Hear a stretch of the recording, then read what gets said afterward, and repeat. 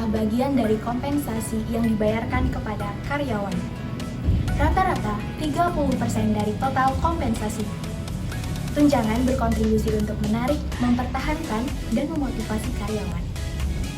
Paket tunjangan lebih kompleks daripada gaji, sehingga tunjangan lebih sulit dipahami oleh karyawan. Maka, pengusaha perlu berkomunikasi secara efektif agar tunjangan berhasil menyejahterakan karyawannya. Contoh tunjangan, misalnya jam sostek, rencana tabungan pensiun, asuransi, dan lain-lain. Peran tunjangan yang sangat penting ini menjadi alasan mengapa tunjangan tunduk pada peraturan pemerintah. Peraturan pemerintah menetapkan persyaratan bagi tunjangan untuk mendapatkan keuntungan pajak. Keuntungan tunjangan karyawan yang pertama, Undang-Undang Perpajakan menjadikan tunjangan menguntungkan karyawan, misalnya karyawan tidak membayar pajak penghasilan atas tunjangan mereka, tapi membayar pajak penghasilan atas kompensasi tunai. Keuntungan lain yaitu pemberi pajak menyusun paket tunjangan kreatif untuk mendapatkan bakat. Namun, sifat paket tunjangan berubah-ubah dari waktu ke waktu, seperti yang akan kita bahas di berbagai poin bab ini. Tunjangan yang disyaratkan oleh hukum. Secara umum, jam sostek memberikan dukungan bagi pensiunan. Asuransi pengangguran memberi bantuan kepada pekerja yang di-PHK. Lalu, asuransi kompensasi pekerja memberikan layanan kepada pekerja yang mengalami cedera. Keamanan sosial. Pada tahun 1935, Undang-Undang Jaminan Sosial Federal menetapkan asuransi hari tua dan pengangguran. Kemudian, Kongres mengubah undang-undang tersebut.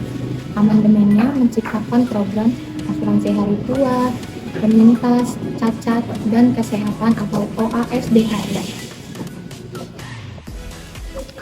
Asuransi pengangguran.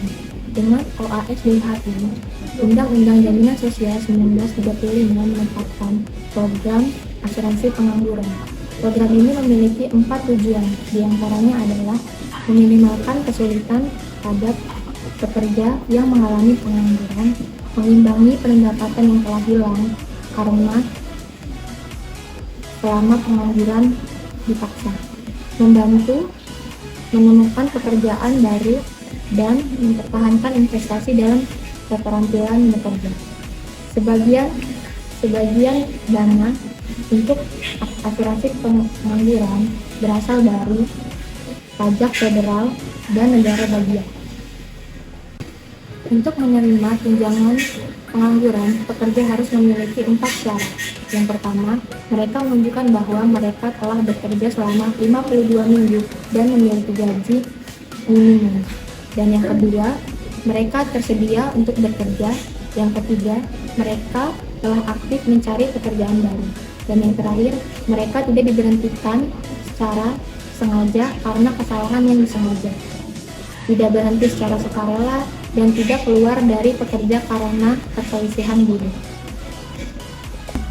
Kompensasi pekerja menyatakan program yang memberikan manfaat bagi pekerja yang menderita cedera atau penyakit terkait pekerjaan atau bagi penyintas.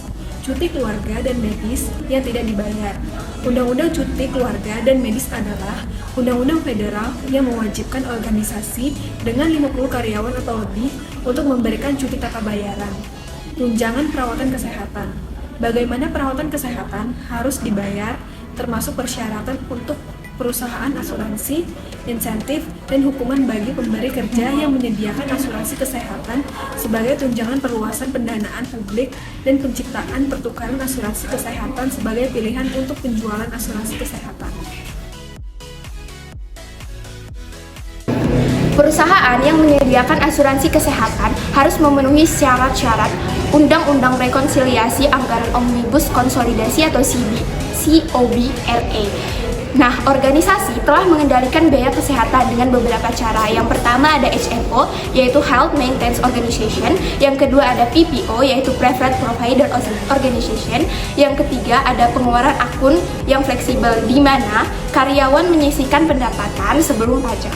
Selanjutnya ada Consumer Driven Health Plans, atau CDHPS, yaitu rencana kesehatan yang memberikan insentif bagi karyawan. Dan yang terakhir ada Employee Wellness Program atau EWP, yaitu fasilitas yang dirancang untuk mengubah perilaku untuk mengurangi resiko kesehatan. Yang selanjutnya ada asuransi jiwa, yaitu asuransi ini mengcover hal-hal yang tidak diinginkan seperti kematian karyawan. Nah, yang terakhir ini adalah asuransi kecacatan karyawan, yaitu memberikan perlindungan terhadap hilangnya pendapatan akibat kecacatan karyawan. Nah, asuransi ini dibagi menjadi dua, yaitu jangka panjang dan jangka pendek. Rencana pensiun. Strategi ini biasanya dalam bentuk tabungan, investasi, maupun distribusi keuangan yang digunakan di masa yang akan datang. Biasanya rencana pensiun digunakan oleh para pekerja yang memiliki produk penghasilan tinggi. Di dalam rencana pensiun terdapat rencana tunjangan pasti, yaitu di mana para pekerja menggunakan program ini lalu menentukan jumlah uang yang akan mereka investasikan pada program ini, di mana jumlah yang mereka bayarkan biasanya akan dibayarkan pada setiap tahun. Selanjutnya adalah rencana iuran pasti. Rencana iuran pasti di mana para karyawan membuat akun individu dan membayar sejumlah uang yang mereka tentukan. Banyak jenis program dari iuran pasti. Salah satunya adalah rencana pembelian uang bagi hasil dan rencana kepemilikan saham serta selection 410.000 plans. Selanjutnya adalah rencana saldo kas, di mana para karyawan membuat sebuah akun individu yang digunakan untuk membuat rencana pensiun, di mana dalam akun ini dibayar melalui persentase gaji yang dipotong. Lalu rekening tersebut menghasilkan bunga yang akan diberikan kepada para peserta dari program ini. Selanjutnya adalah rencana pemerintah untuk testing dan komunikatif.